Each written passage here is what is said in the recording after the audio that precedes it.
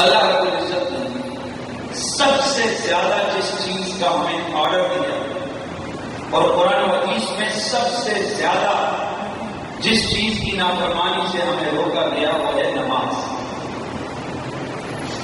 کیا ہے بولیے؟ پوچھو بولیے کیا ہے؟ نماز. یہ ایسا فریضہ ہے کہ اس میں صرف ہم ہی متفرد نہیں ہیں بلکہ ہر زمانے میں ہر نبی کی امت پر نماز کو فرض کیا. نماز کے جہاں بہت سارے فوائد ہیں وہیں نماز نہ پڑھنے کے بہت سارے نقصان اور بہت ساری اللہ کی طرف سے پکڑ اور بڑی ہے. میرے دوستوں، ہماری عام زندگی میں عام دنوں میں مشغول میرے ہم لوگ نماز میں بہت سستی کرتے ہیں. یہ مضمون اس لیے قرآن و حدیث کی کچھ چیزیں پیش کر رہا ہوں تاکہ مجھے اور آپ کو ایک احساس دوبارہ آ جائے اور ہم نماز کے پابند بن جائیں. سب سے پہلے تو سنیے کہ نماز پڑھنے کے فائدے بھی ہیں. یہ مختصر ساتھ کروں گا اور اس کے بعد جو اصلی چیز جو خوف اور نماز کا عنوان ہے اس کی طرف میں آؤں گا. میرے آقا رحمت کونین صلی اللہ تعالی علیہ وسلم نے فرمایا جنت میں ایک نہر ہے جس کا نام نہر الحسین ہے. اس کے کنارے حسینوں محجوبین ہوئے جنہیں اللہ رب العزت نے زعفران سے پیدا کیا. وہ کھیل موتی اور یاقوت سے کھیلتی رہتی ہیں. 70,000 زبانوں سے وہ اللہ کی تسبیحیں کرتی ہیں. ان کی آواز حضرت داؤد کی آواز سے بھی حسین کرے. اور پھر توجہ ہے اور پھر پورے اللہ کی تسبیح پڑھ کر یہ خوشگوئی اور ترنم سے کہہ رہی ہوتی ہیں ہم ان کے لیے جو خشوع و خضوع اور حضور قلبی سے نماز ادا کرتے ہیں. ہم ان کے لیے ہیں جو خشوع خضوع اور حضور قلبی سے نماز ادا کرتے ہیں. پھر اللہ تعالیٰ فرماتا ہے ہاں میں ضرور نمازی کو جنت میں رہائش دوں گا اور ضرور اسے میں اپنا دیدار بھی عطا کروں گا. میرا جو حاضری ایک اور حدیث ہے کہ جس وقت آزان ہوتی ہے توجہ ہے جس وقت بڑے غور سے سنیں جس وقت آزان ہوتی ہے تو جنت کی جو سب سے حسین حوریں وہ جنت کے محل کی کھڑکی میں آ کر بیٹھتی ہیں اور ہاتھوں میں مشاط ان کے کنگھی لے لیتی ہیں اور بالوں کو سنوارنے لگتی ہیں. دوسری انہیں ان سے کہتی ہے کیا کرنے لگتی ہے تو وہ کہتی ہے ہٹ جاؤ ہمیں سمجھنے دو. اس لیے کہ یہ جو آزان ہو رہی ہے زمین پر توجہ ہے یار کوئی مطلب کرتا یہ جو آزان ہو رہی ہے زمین پر اس آزان کی آواز سن کے محمد عربی کا امتی بھی مسجد میں جانے لگا. ہم یہ بات سمجھ کے کھڑکی میں بیٹھ کے اس کی زیارت کریں گے اس کی زیارت کریں گے. آئے ہم کتنی حسین ہیں.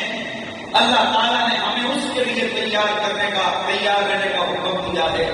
میرے آقا فرماتے ہیں وہ پان سمجھ کے کھڑکی میں انتظار کرتی ہیں یہاں تک کہ آزان ہو گئی. پھر نماز کا وقت شروع ہو جاتا ہے. یہاں تک کہ نماز جب ختم ہوتی ہے تو اپنے بال بخیر کر غم کا اظہار کر کے کہتی ہے آئے وہ بد نصیب نمازی کاش تو ہمارا حسن دیکھ لیتا تو ساری زندگی کبھی سجدے سے سر نہ اٹھاتا. اللہ اکبر. گرامی مرتبہ ناظرین یہ پھر روایت ہے اور آپ کو پتہ ہے کہ میں جب تک اپنے نبی کا کمال بیان نہ کروں اور یہ ہمارے مسلک کی مجبوری ہے اس وقت تک ہمیں مزہ ہی نہیں آتا. اب ذرا غور کرنے دلیل دینے لگا ہوں. آزان ہوئی آنا مسجد میں اور یہ آزان دینا بھی بہت بڑے ثواب کی بات ہے. میرے آقا فرماتے ہیں کہ قیامت کے دن مؤذنین کے سر جو ہے وہ سب سے بلند ہوتے اور دور سے پہچانے جائیں گے کہ یہ امت محمدیہ کے مؤذن آ رہے ہیں. آمنا مسجد میں آزان ہوئی. حدیث کے مطابق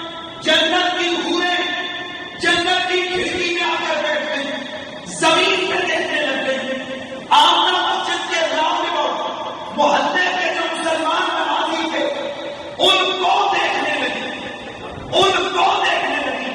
کہ یہ ابھی اٹھ کے وضو کرتا ہے، یہ ابھی نماز کے لیے آنے لگا ہے، ابھی قیام کرے گا، ابھی رکوع کرے گا، ابھی سجدہ کرے گا، اور کھینچیے جب یہ نہیں اٹھتا تو خجالت اپنا ہاتھ چلا پھینک دیتی ہیں اور بددعا کرتی ہیں کہ اے بدبخت تو مر جائے، تجھے ہمارے حسن کا پتہ ہی نہیں، ہم کتنی حسین ہیں اور ہم تجھے نماز کے بدلے ملنے والی تھی۔ گرامی مرتبہ حاضری، ایک طرف تو نماز کی عظمت ہے، لیکن دوسری طرف ذرا میرے کمال مصطفی کو بتانا ہے، آزان ہوئی آقا مسجد میں، سن لی حوروں نے جنت میں۔ کبھی روزہ نہیں لگ گیا کہ ساڑھے پانچ سبحان اللہ بھی نہیں نکلتا۔ آزاد ہوئی یہاں آقا مسجد میں، بے شک یہ آواز یہاں سے 4 محلے دور نہیں جا سکی، یہ آواز صدر میں نہیں جا سکی، یہ آواز لاہور میں نہیں جا سکی، یہ آواز کراچی میں نہیں جا سکی، لیکن حدیث گواہ ہے یہ آواز جنت میں پہنچ گئی، حوروں نے سن لی اور پھر حور آ کر کھڑکی میں بیٹھی، نیچے دیکھنے لگ گئی کہ یہ زید آ رہا ہے، یہ مکر آ رہا ہے، یہ خالد آ رہا ہے یا یہ نہیں آ رہا ہے۔ دوستانے گرامی اور مرتبہ حور جو ہمیں اللہ گفٹ میں دے گا، ہمیں اللہ جنت میں دے گا، ہمیں اللہ کلمے کے بدلے دے گا، جب اس کی سماعت اتنی دیر ہے، آزان ادھر ہوئی، اس نے ادھر سنا، ادھر نمازی گھر سے نکلا، ادھر وہ جنت میں خوش ہونے لگ گئی، یا نمازی گھر سے نہ نکلا، اسے پتہ چل گیا وہ جنت میں بددعائیں دینے لگ گئی۔ تو حضرات ایمان سے ذرا فیصلہ کرو، اگر یہاں کے آزان کی آواز جنت میں حوریں سن سکتی ہیں اور ادھر بیٹھ کے ادھر کے نمازیوں کو دیکھ سکتی ہیں، تو بتائیے کس نبی کے صدقے ہوئے ملیں گی؟ کیا وہ نبی کے درود و سلام کو مدینے میں نہیں سن سکتا؟ جس نبی کے صدقے یہ حوریں ملے گی، ایمان سے بتائیے کیا وہ نبی اپنی قبر میں بیٹھ کر اپنے امتی کے عمل کو نہیں دیکھ سکتا؟ اگر حور کو پتا ہے کہ نمازی نہیں آیا تو کیا نبی کو نہیں پتا، کیا میرے رسول کو نہیں پتا کہ کس نے نماز پڑھی ہے اور کس نے نماز نہیں پڑھی ہے؟ تو پھر ہم کیوں نہ کہتے ہم یہاں سے پڑھے وہ مدینے سنے، ہم یہاں سے پڑھے وہ مدینے سنے، ان کی آواز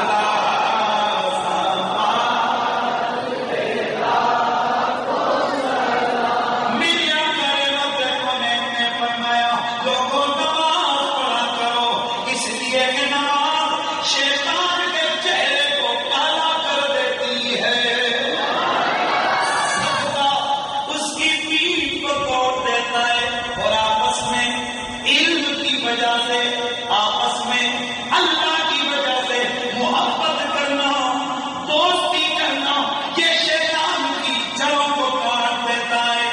جب تم یہ کر لو گے تو شیطان تم سے اتنا دور ہو جائے گا جس طرح مشرق سے مغرب دور ہے۔ جس طرح مشرق سے بولیے، جس طرح مشرق سے مغرب، تمام سب سے بھاری ہے۔ شیطان کو سب سے زیادہ تکلیف، اونچا بولیے، پھر بولیے، نماز سے ہوتی ہے۔ تو ظاہر ہے جس بندے کو سب سے زیادہ جہاں سے تکلیف ہوتی ہے وہ اپنی تکلیف وہیں سے تو مٹاتا ہے، سب سے پہلے کوشش کرتا ہے کہ وہ تکلیف دور ہو۔ بھائی ایک آدمی اس کے جسم میں گولی ہے اور ایک جگہ اس کو کانٹا چبھے، بتاؤ گولی پہلے نکالے گا یہ کانٹا؟ بولو، گولی پہلے نکالے گا، گولی کا درد زیادہ ہوتا ہے۔ ایک آدمی ہے بھائی جس کو ہلکا سا یہاں پھوڑا نکلا ہے اور ایک اسی کی بازو کی ہڈی ٹوٹی ہے، بتاؤ ہڈی پہلے جڑوائے گا پھوڑے کا علاج پہلے کروائے گا؟ ہڈی کا جڑوانا اس کے لیے ضروری ہے۔ تو دوستو اسی لیے شیطان کو چونکہ سب سے زیادہ تکلیف نماز پر ہوتی ہے، لہٰذا وہ سب سے زیادہ محنت بھی نماز میں کرتا ہے، اور جو شیطان کو جلانے والے اور اس سے جنگ کرنے والے ہیں وہ بھی سب سے زیادہ زور نماز پہ دیتے ہیں۔ آئیے نماز، نماز سب سے زیادہ زور اللہ تعالیٰ نے نماز پہ دیا ہے۔ قرآن مجید میں اللہ تعالیٰ فرماتا ہے وَأَقِیمُوا الصَّلَاةَ وَلَا تَكُونُوا مِنَ الْمُشْرِکِینَ، نماز قائم کرو، کافروں اور مشرکوں میں سے نہ ہو۔ یاد رکھیے ہم نماز کے اس روایت کے حوالے سے تعویل کرتے ہیں